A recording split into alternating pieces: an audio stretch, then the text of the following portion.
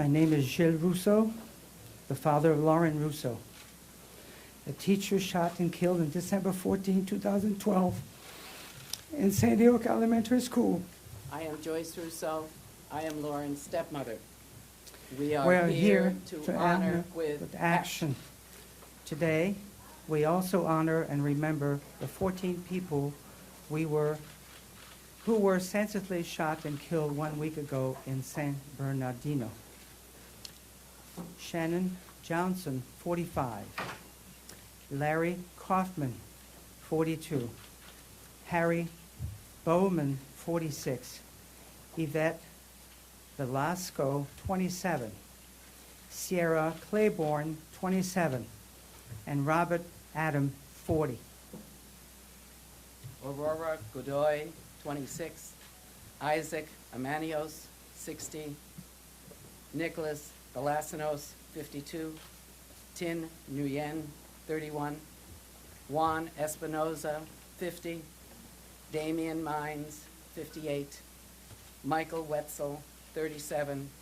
Benetta Bet Badal, 46.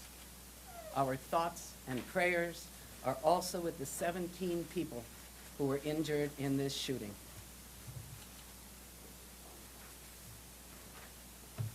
Hello, my name is Matthew Soto, and my sister Vicky was killed in the Sandy Hook school shooting on December 14, 2012.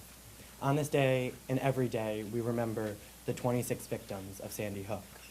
Charlotte Bacon, Danielle Barden, Rachel Davino, Olivia Engel, Josephine Gay, Anna Marquez Green, Dylan Hockley, Dawn Hochsprung, Madeline Oos, Catherine Hubbard, Chase Kowalski, Jesse Lewis, James Mattioli, Grace McDonald, Anne Marie Murphy, Emily Parker, Jack Pinto, Noah Posner, Jessica Ricos, Aviel Richmond, Lauren Russo, Mary Sherlock, Benjamin Wheeler, Allison Wyatt, and Vicky Soto.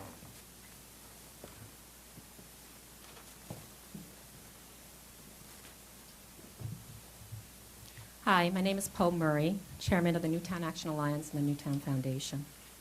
Near the 3rd anniversary of the Sandy Hook tragedy, we have traveled to Capitol Hill from Newtown and other towns and cities from across this nation to deliver a message to Congress. Dear Congress, it has been 3 years since one of the most tragic mass shootings occurred in Sandy Hook, where 20 first graders and 6 teachers were senselessly gunned down by a disturbed individual with an AR-15 in less than 5 minutes. Since then, 90,000 more Americans have been shot and killed by guns. Another 210,000 Americans have been shot and injured, and there have been over 1,000 mass shooting incidents. The economic impact of gun violence to taxpayers is $229 billion a year. Gun violence is a public health crisis that must be addressed immediately. Americans are getting shot and killed everywhere and anywhere, in our streets, in our homes, schools, colleges, malls, movie theaters, workplaces, and places of worship. Too many of us are affected by gun violence, and more of us feel less safe. You have failed to keep us safe. We are sick and tired of your inaction. Too many families are torn apart by senseless gun violence. We demand that you stop catering to the corporate gun lobby and take action to protect all children and families from gun violence. These families who are with us today have broken hearts and bullets in their body, but they are here to ask you to pass gun safety laws to prevent other families from suffering the same fate. We beg you to pass the background check bills to keep the guns out of the hands of individuals who want to hurt themselves or others. We beg you to close the Charleston loophole to make sure guns are not sold until the background checks are completed. We beg you to close the terror gap. to prevent potential terrorists on the no-fly list from getting hold of firearms.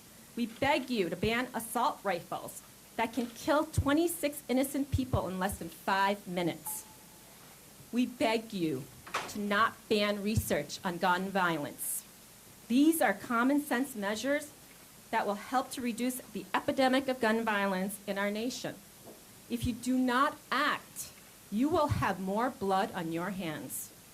And now, our families and victims and survivors of gun violence will demonstrate to you why you must do something to end gun violence now.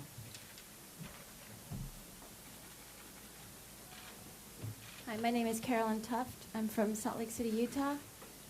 This is my daughter, Kirsten Hinckley, and I'm here to honor her with action. My name is Scott Hinckley from Los Angeles, California. This is my sister Kirsten. I'm here to honor with action. I'm Marcia Lee from Blue Island, Illinois. My son Thomas Lee was shot and killed in Harvey, Illinois, but I'm here to honor with action. My name is Judy Richardson. I'm from South Portland, Maine. My daughter Darian was shot in a home invasion in 2010. I'm here to honor her with action.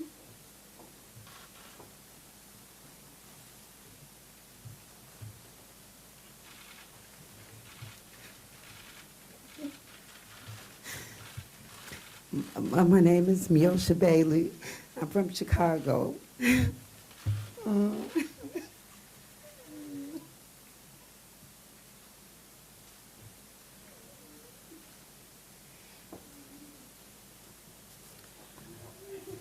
Hi, my name is Milagros Burgos. I'm from Chicago. My daughter Alexandra Burgos was killed 14 months ago. Honor with action.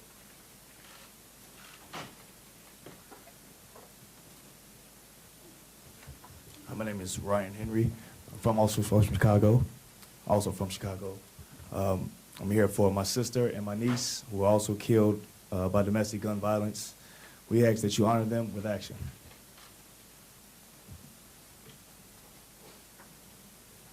Tom Campbell, Connecticut. My dad, 50 years ago, Christmas Eve, honor with action.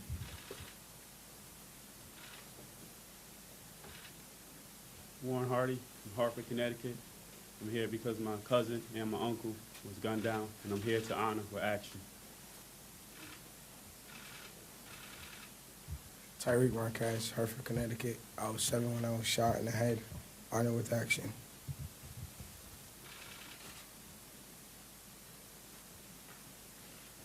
Marie DeLuce, Brooklyn, New York, Marine Corps veteran, Desert Storm. I'm here representing my nephew, Pierre-Paul Jean-Paul, killed on Veterans Day, November 11, 2008, and I honor with action.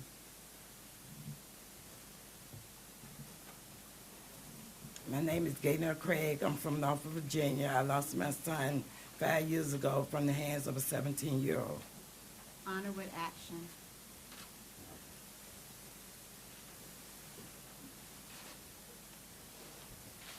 My name is Kim Russell. I live in Brooklyn, New York. In 1999, my dear friend Philip and I were robbed. We were both shot, and Philip was killed. I'm here to honor with action and also say that I've had enough.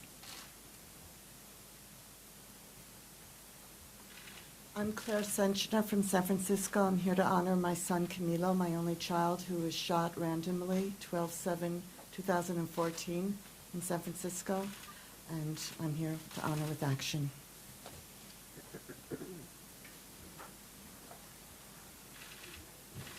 Good morning. My name is Sandra Roger. I'm from Brooklyn, New York. I lost my only son, Trishawn, to gun violence. Honor with action.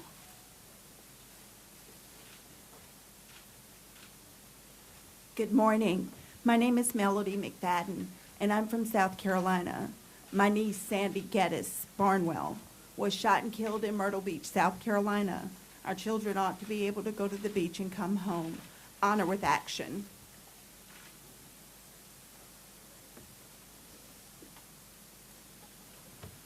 My name is Bailey from Chicago. My only son, Cortez Bailey, 23, was executed on the street. Honor him with action.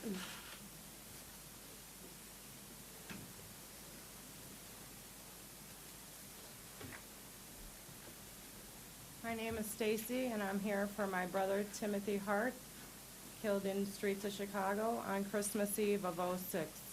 Honor with action.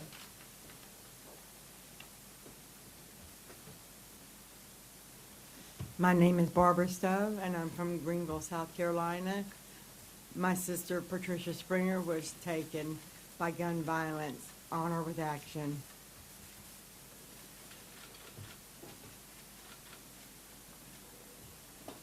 My name is Maria Pike. I am from Chicago. My son was taken away from me August 3rd, 2012. Ricky Pike. I urge all of us, honor with action.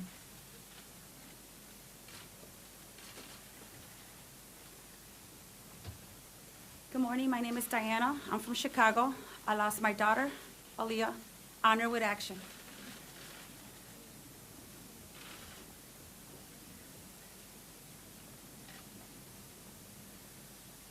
Morning, my name is Christina Johnson. I lost my son, Christopher Johnson, sitting in his car 7 months ago due to senseless gun violence. Honor with action.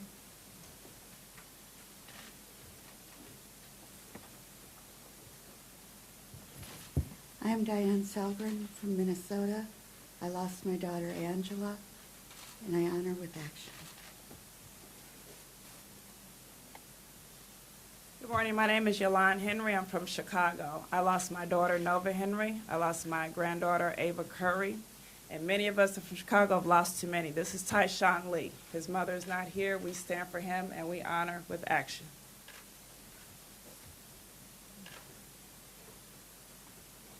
My name is Jeanette Richardson. I come from Newport News, Virginia. My son was killed randomly with gun violence, and I'm here to honor him with action.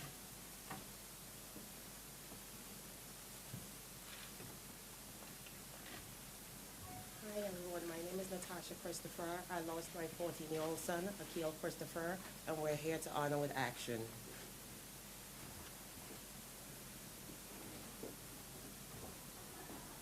Good morning. My name is Alice McKay. I'm here with my grandson, Dylan Williams. We're from Brooklyn, and we're here to honor with action my son, Cameron McKay.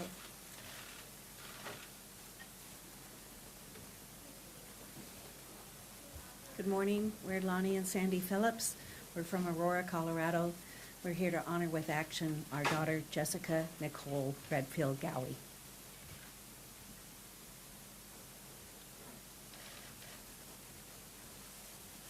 Good morning. I'm Tom Sullivan. I'm from Aurora, Colorado. I lost my son. My son was murdered in the Aurora Theater Massacre, celebrating his 27th birthday on July 20th, 2012. I'm here to honor with action. Thank you to all the families and survivors of gun violence that joined us here today. Now I'd like to introduce the House Democratic Leader, Nancy Pelosi.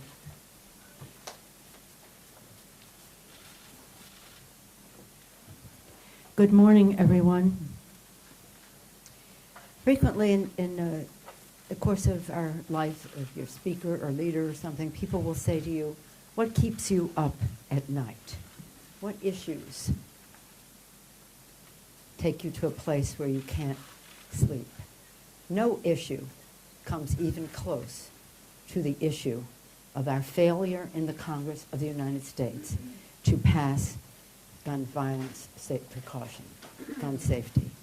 I'm here to honor with action those who shared their stories with us, how transformative that was to lose a family member in such a violent way and not see any action, honor or otherwise, on the part of the Congress of the United States.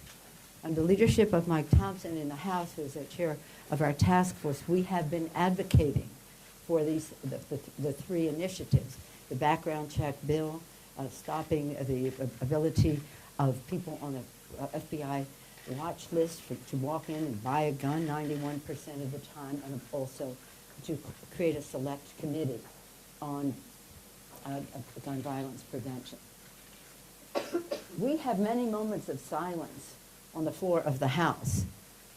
But we must not remain silent. If that silence is not replaced by action, we do not deserve the honor of even having a moment of silence. So it's been around 1,000 days, more than 1,000 days since Newtown. And in that period of time, there have been 1,000 mass killings, almost one a day.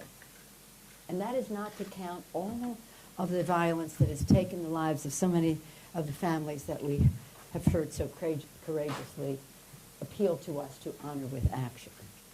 Well, in addition to the bills that we talked about, I came from our House Democratic Caucus, and they empowered me to say to you here that we are in the course of a bill to pass an appropriations bill to keep government open.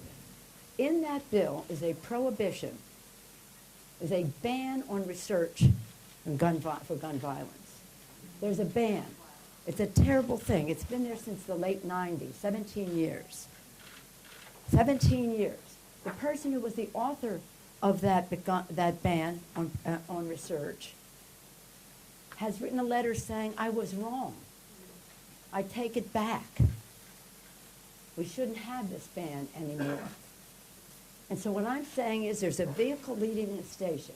It's called the omnibus bill. A bus leaving the station, omnibus bill, meaning all of the legislation for appropriations. And we must insist that we cannot have a bill leave the station that still has that ban on research in it. That is how we can.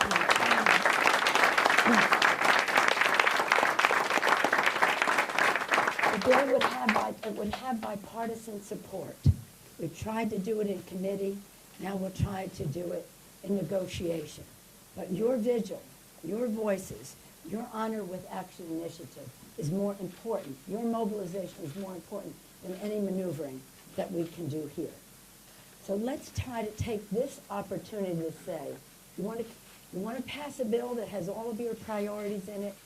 Our priority is to remove the ban on research on gun violence. Let's do it today.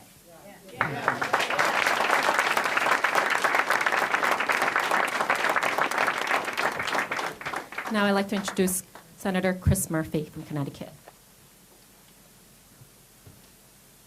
On Wednesday night of last week, as I was reading all of the messages of thoughts and prayers being sent to San Bernardino, I wrote that your thoughts should be about how to end this carnage, and your prayers should be for forgiveness if you do nothing again.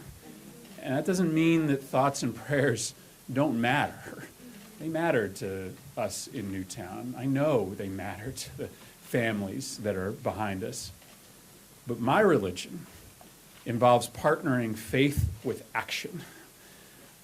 What I believe is that it isn't enough any longer in order to just say we care. You have to do something to show you care. And while we have disagreements about whether the right response is a ban on military-style assault weapons or more protections to make sure criminals don't get guns or a fix to our broken mental health system, the one option that we cannot take is to do absolutely nothing. And that's what we've done. In the wake of the slaughter of 20 little first graders in Newtown, Connecticut, and the slaughter of 80 more every single day, Congress has done absolutely nothing. And that's maybe what's most offensive to me, because behind me are dozens of grieving families. But by this time tomorrow, there will be 80 other families who could join them in this room, and 80 more the day after. How cold-hearted is this place to look these families in the eye and do absolutely nothing? And you know what?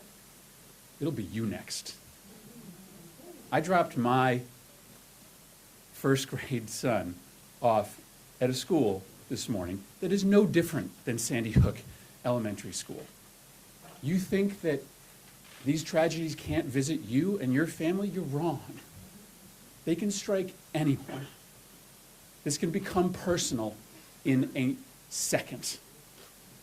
And so it's time for us to figure out what message we can send that we're serious about this, and to end a silence that has made Congress complicit in these ongoing murders.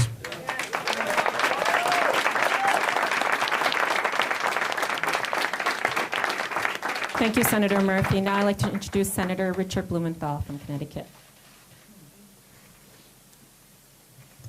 Last night, my colleagues, Chris Murphy and Elizabeth Esty, who have been so steadfast, our delegation has been stalwart in this cause, because we have been inspired by families who attended that vigil last night. We know the importance of prayer, but prayer and platitudes are not enough. There has to be action. Congress, for too long, has been like the cartoon character, I know nothing. You remember Sergeant Schultz? See no evil, hear no evil. That's why the removal of that ban on research is so important. The more the American people know, the more they will be behind us. The more organized they are, the more mobilized, the more this body will no longer be silent. Congress is complicit by its inaction. Congress is complicit by failing to enact a universal background check, so we keep guns out of the hands of dangerous people. Congress is complicit by failing to enact a ban on illegal trafficking and straw purchases, a ban on people who are on the no-fly list from buying guns. If you're too dangerous to board a plane, you're too dangerous to buy a gun. No fly, no gun. And yet, Congress twice in the last week has rejected that principle. We know the importance of honor with action. Honor is not what these folks want. They're not here for the platitudes and prayers. They're here because they want honor with action. And their presence is more powerful than any of our words. Their stories are worth 1,000 of our words. And the acts of kindness that we have begun, Elizabeth Esty and I began in New Britain earlier this week, acts of kindness to honor with action, are a way to say to Congress, more than your speeches and your rhetoric, more than your standing in front of cameras, action is what is necessary. Honor with action, that's our message to Congress today. And just one final thought. If 30,000 people in the United States of America fell sick of flu or Ebola or polio, this nation would be up in arms. There would be drastic, effective action. 30,000 people falling sick as a result of a public epidemic, dying as a result, is a public health crisis. We have in this nation truly an epidemic of gun death and gun disease that is taking lives, 90 of them every day, and should be treated as a public health crisis. The steps that have been proposed are common sense, sensible measures. And they are barely equal to a first step toward dealing with the deaths and carnage that constitute a public health crisis in the United States of America. We can do better. We can make America safer and better. We can make America true to its values as the greatest, strongest country in the history of the world. Let's keep faith with these families. Let's keep faith with America. Thank you. Thank you, Senator Blumenthal. Now I'd like to introduce Representative Elizabeth Esty from Connecticut. Thank you, Poe. I wish I weren't here at this podium. Once again, looking out at friends from Newtown, from Aurora, from Chicago, from Hartford, from big towns, from small towns, from every town in America. Congress is elected to lead, to do what is hard, not to do what is easy, not to wring our hands. Our colleagues in the House of Representatives have been behaving as if this epidemic of gun violence is like a tornado or a hurricane. But this is not a natural disaster. It is a man-made disaster. And it is up to the men and women who are elected leaders to stand up and, after the prayers are said, to take action, to honor with action, to pass legislation. This past week we were denied over and over and over again the opportunity to vote on the most common sense bill to keep guns out of the hands of would-be terrorists. It's pretty hard to explain to the American people, when we are committed to keeping the country safe, how we can't even stop, refuse to even get a vote on keeping the guns out of the hands of terrorists. We need to study this as a public health crisis. We need to stop the sale of guns to dangerous people. We need to keep them out of the hands of illegal gun traffickers. Law enforcement goes to us every day and says, give us the tools. This isn't rocket science. We can do this. And the families here today speak loudly with their words and their tears about the cost of inaction.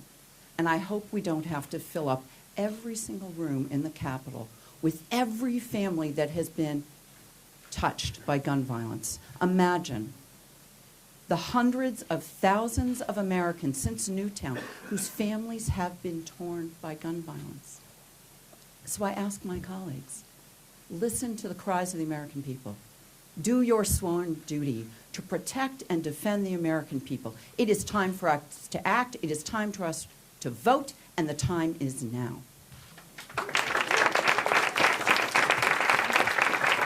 Thank you, Rep. Esty. Next, I'd like to introduce you to Representative Mike Thompson. Thank you very much. It's a sad day to be here today. I know when Sandy Hook first happened, the gun people all said, just give us some time and people will forget about it, and people will get over it. And it gets harder for me every year, in part because, as every speaker has said, the place where I work, the Congress of the United States of America, has done absolutely nothing to address this tragedy and to prevent it from happening again. This is the third presser, the third anniversary press conference that we've had since Newtown. It's an important number to remember, a couple important numbers. 25, the number of moments of silence that we've had on the House floor since Sandy Hook. 453, the number of legislative days since Sandy Hook. 1,058, the number of mass shootings since Sandy Hook. Over 32,000 people killed by someone with a gun since Sandy Hook. And the most significant number of all, 0, the number of votes that we've had on the House floor since Sandy Hook. There's no bill, there's no law, there's no executive order that's going to solve all the problems and make this terrible, terrible thing go away. But we can't sit by idly and do nothing. The House majority has to get it together, address this issue, let us have votes, work with us so we can make our communities safer. Thank you for being here. Thank you, Rep. Thompson. Now I'd like to introduce you to Representative Robin Kelly. Good morning. I get so emotional. This is the third time I've been here and the third time I've been so emotional about this. And You know, my colleagues know how I feel. Another mass shooting, and then we stand up, we sit down and do nothing. I don't stand up anymore. I can't be a part of the hypocrisy. And I want to ask my colleagues, who has to die? Your wife, your mother, your brother, your son? Just who is it that has to die? Not little children, not people praying in a church, not someone on a bus, not someone at home with her baby. Just none of those things seem to matter, but just who has to die when it really touches home for those folks. The moments of silence are deafening, and they're killing us. And we should be embarrassed. And the first thing I wanted to do is thank all of you for being here. Thank you for your bravery, and thank you for not giving up on us to finally come through and to do something. And, you know, we talk about the mass shootings, but I also don't want to forget the everyday shootings. I represent the Chicagoland area, the everyday shootings that occur when people are just going about their daily lives. So I just want to thank all of you again, and know to the end I will be there with you and fight as hard as I can and keep bringing this issue up every day if I have to. Thank you.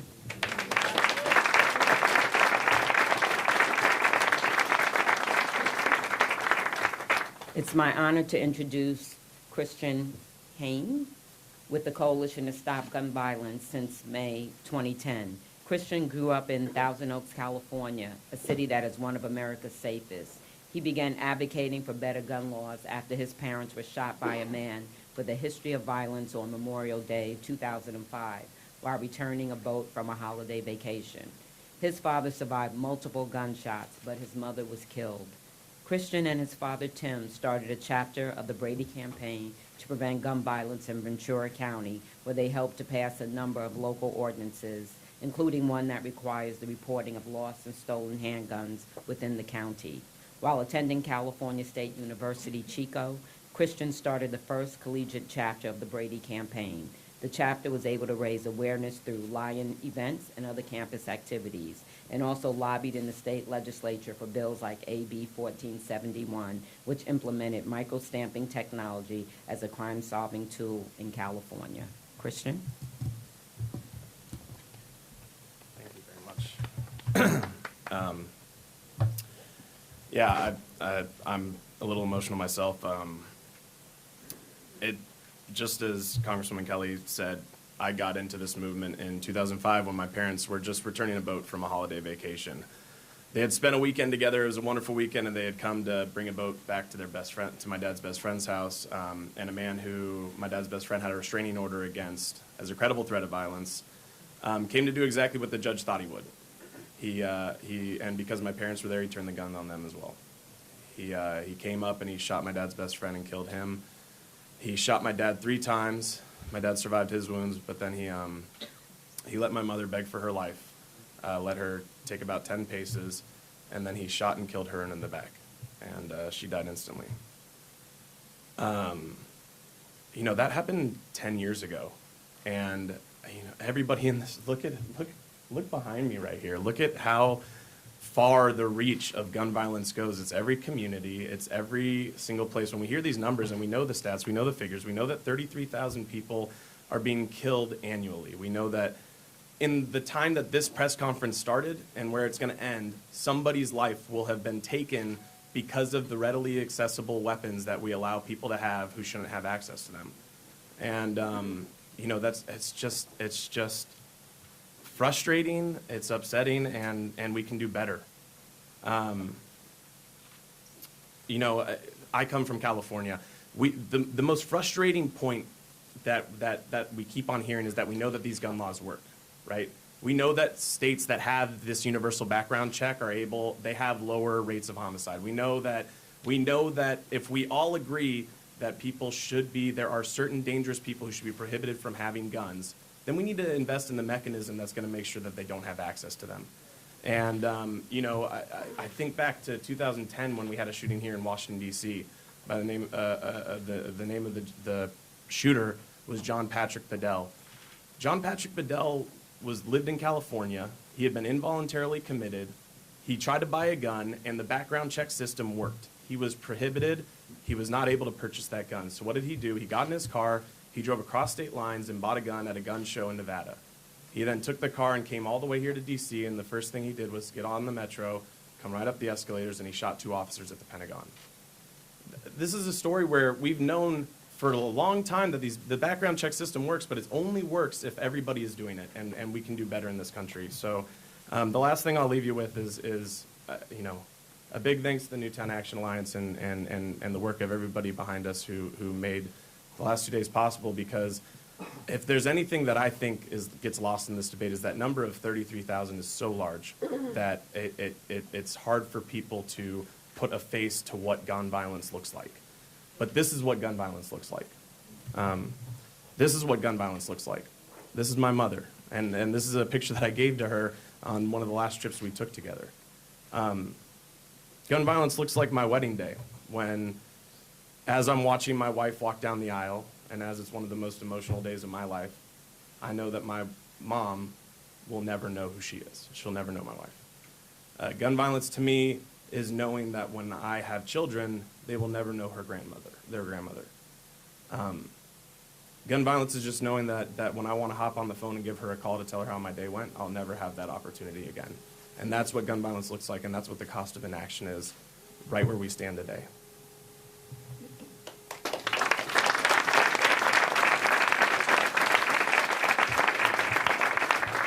Thank you, Christian. Next, I'd like to introduce Reverend Rebecca Justice Schurnier. Good morning. I'm a priest at St. Mark's Episcopal Church on Capitol Hill, and I represent the colleagues of mine who are people of faith. Last night we gathered for prayer. We were together as Jews, as Muslims, as Buddhists, as Sikhs, as Catholics, as Protestants.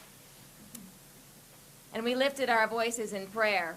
And it sickens me that those in this debate we're having as a nation who would rather do nothing have turned prayer into a synonym for passivity. Because it has never been about passivity. Prayer is how we prepare our minds for change. Prayer is how we prepare our bodies for action.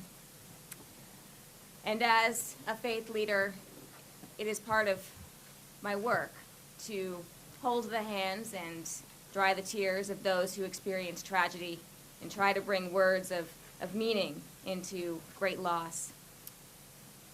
However, it is also our calling to be prophets, to speak words of challenge, to say to the people of this building, to all those who don't know what they could do, that another world is possible, that it is outrageous that so little has been done in the face of so much pain and sadness.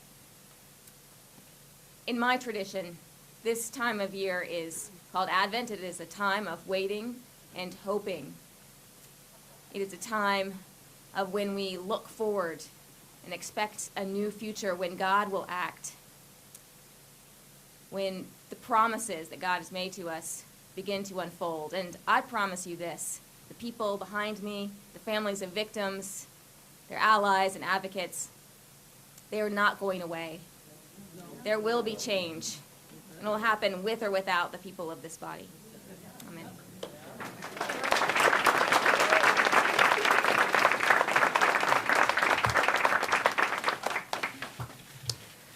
Now our representatives will take some questions.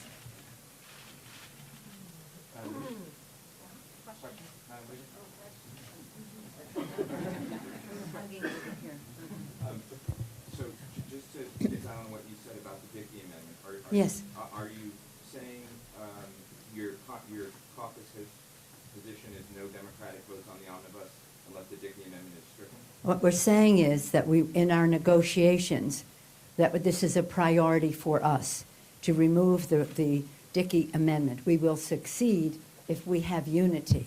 And that's why you're being here at this time, when people are talking about a budget, which is supposed to be a statement of our values. What's important to us as a nation is supposed to be how we allocate our resources. I'm not saying that this bill does a real reflection of our values, but one of them that could be in there is for us to remove the Dickey ban on research. This is very important, and I think it would have bipartisan support And this is what we're putting on the table today to them in honor of action with honor. And will Democrats vote for the omnibus? That's not the question. The question is, we do this one step at a time. And if we want to remove all doubt that this is something that has universal acceptance. So let us take it one step at a time in terms of what that is. That the bill has so many problems. They should welcome this as a gift. They should welcome this as a gift for some reason for us to support it. But I need to know that, again, all of the priorities in terms of background checks and FBI terrorist list people not getting guns, they're very important to us. And I will have a privilege resolution on the floor today to that effect. So we've had action on the floor for the past few days. And what is the most effective? I said the train is leaving the station. No, the bus is leaving the station, the omnibus. And it would just be the easiest thing in the world for them to take that piece of legislation out of the bill. And then we could find out, why would we not want data? Why would we not want information? So we can make a judgment about how we go forward. The young man who was shot in the head, years ago I was trying to get a legislation on the Appropriations Committee to study head harm to children on their heads. Well, I was really thinking of toys and tricycles and all the rest. And when all the other side came at me and said, you can't have that, it was because they were concerned that we might be looking into head injuries because of guns. So this bill today would say to the NRA, you no longer have a stranglehold on information, on data, on research, on how we can make the change that is necessary. And once we have the data, we're better prepared to act upon it. I'm saying it's a very important priority for us. And from the standpoint of the people here who are so eloquent, and as the senator said, nothing we can say compares to the eloquence and the power of their message. And it is that power we want to drive through this appropriations process, and we'll see how we succeed. Quite frankly, we want more. We'd like to say, you have riders? They call them riders on the omnibus. You have riders? We want a rider. We want these other two bills on there. You know, we want the terrorist list legislation to be on that bill. That'd be the easiest thing. What could be more impossible to explain to anyone that you could be on the FBI terrorist watch list and you can still go into a store and buy a gun, and 91% of the time those people walked out of the store with a gun of their choice. But I know others may have some comments on this, so I don't want to take it.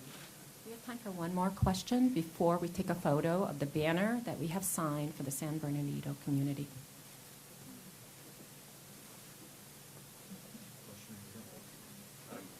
Again, for Speaker Pelosi, can I ask, you mentioned the FBI terror list, but there's been a lot of references actually to the FBI's no-fly list.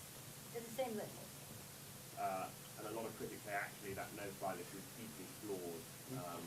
Well, you know what? I want to refer you to the debate on the floor yesterday, and I'm going to yield to Mr. Thompson to speak to that. The terrorist watch list has been bill that we've been pushing. You're correct, it's been criticized. They say that there's people who shouldn't be on that list, and it's a pretty simple solution.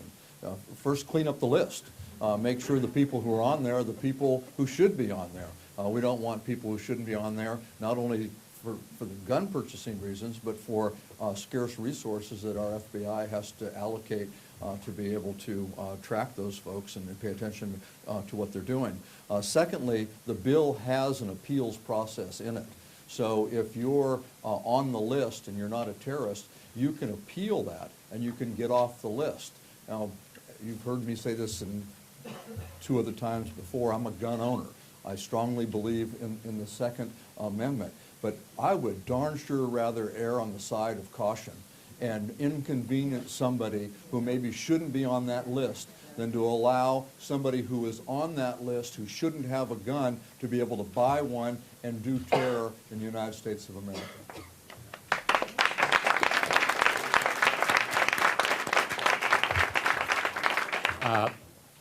Obviously, I'm not a member of the House, but I do want to say how important this commitment by the leader of the Democrats in the House is. For years and years and years, this provision has been entrenched in appropriation measures. And it's part of the arcane, abstruse language of the legislative process called a rider, an amendment. The American people barely know about it. Drawing this line and saying this measure and its removal is a priority is profoundly significant.